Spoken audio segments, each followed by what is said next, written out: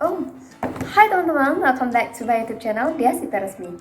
Kemarin kita sudah belajar tentang apa itu depresi. Dan pada kesempatan kali ini saya akan membahas tentang etiologi atau faktor penyebab penyakit depresi. Di sini saya akan membahas tentang beberapa faktor kenapa seseorang bisa mengalami depresi.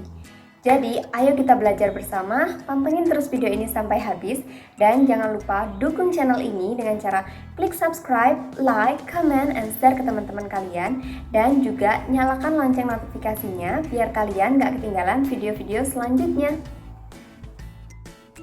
Baik, sebelum saya mulai, saya berharap semoga apa yang saya sampaikan nanti bisa mudah dimengerti dan mudah dipahami oleh teman-teman semuanya.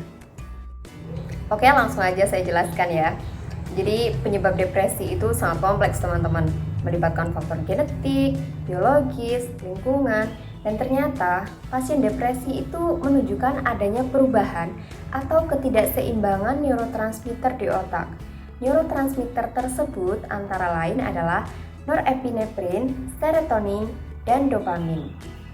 Lalu, apa itu neurotransmitter?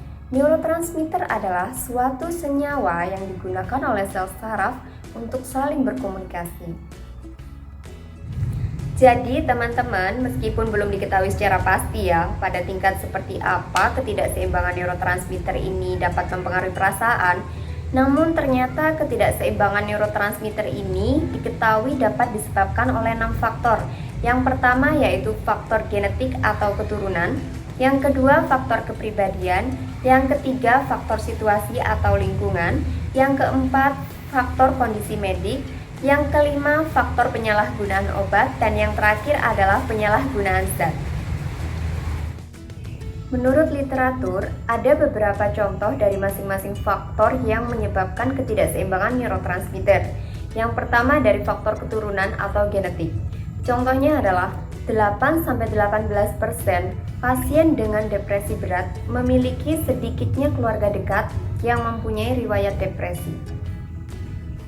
Contoh dari faktor kedua yaitu orang-orang yang mempunyai sifat-sifat seperti selalu berpikir negatif, pesimisme, khawatir terlalu berlebihan, dan rendah diri itu lebih cenderung menyebabkan seseorang mengalami depresi.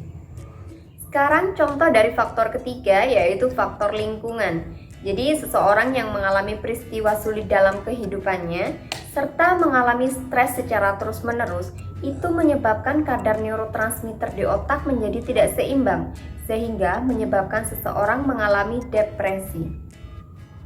Yang keempat, contoh dari kondisi medis. Jadi depresi itu juga dapat terjadi karena gangguan medis tertentu seperti gangguan hormonal. Yang kelima, contoh dari penggunaan obat. Kenapa penggunaan obat bisa menyebabkan depresi? Ya, karena ada beberapa obat yang digunakan dalam waktu jangka lama itu bisa menyebabkan depresi atau memperburuk depresi. Yang terakhir adalah contoh dari penyalahgunaan zat. Meskipun telah lama dipercaya bahwa depresi dapat menyebabkan seseorang menyalahgunakan obat-obatan atau alkohol, sebaliknya juga dapat terjadi bahwa penyalahgunaan zat dapat menyebabkan depresi.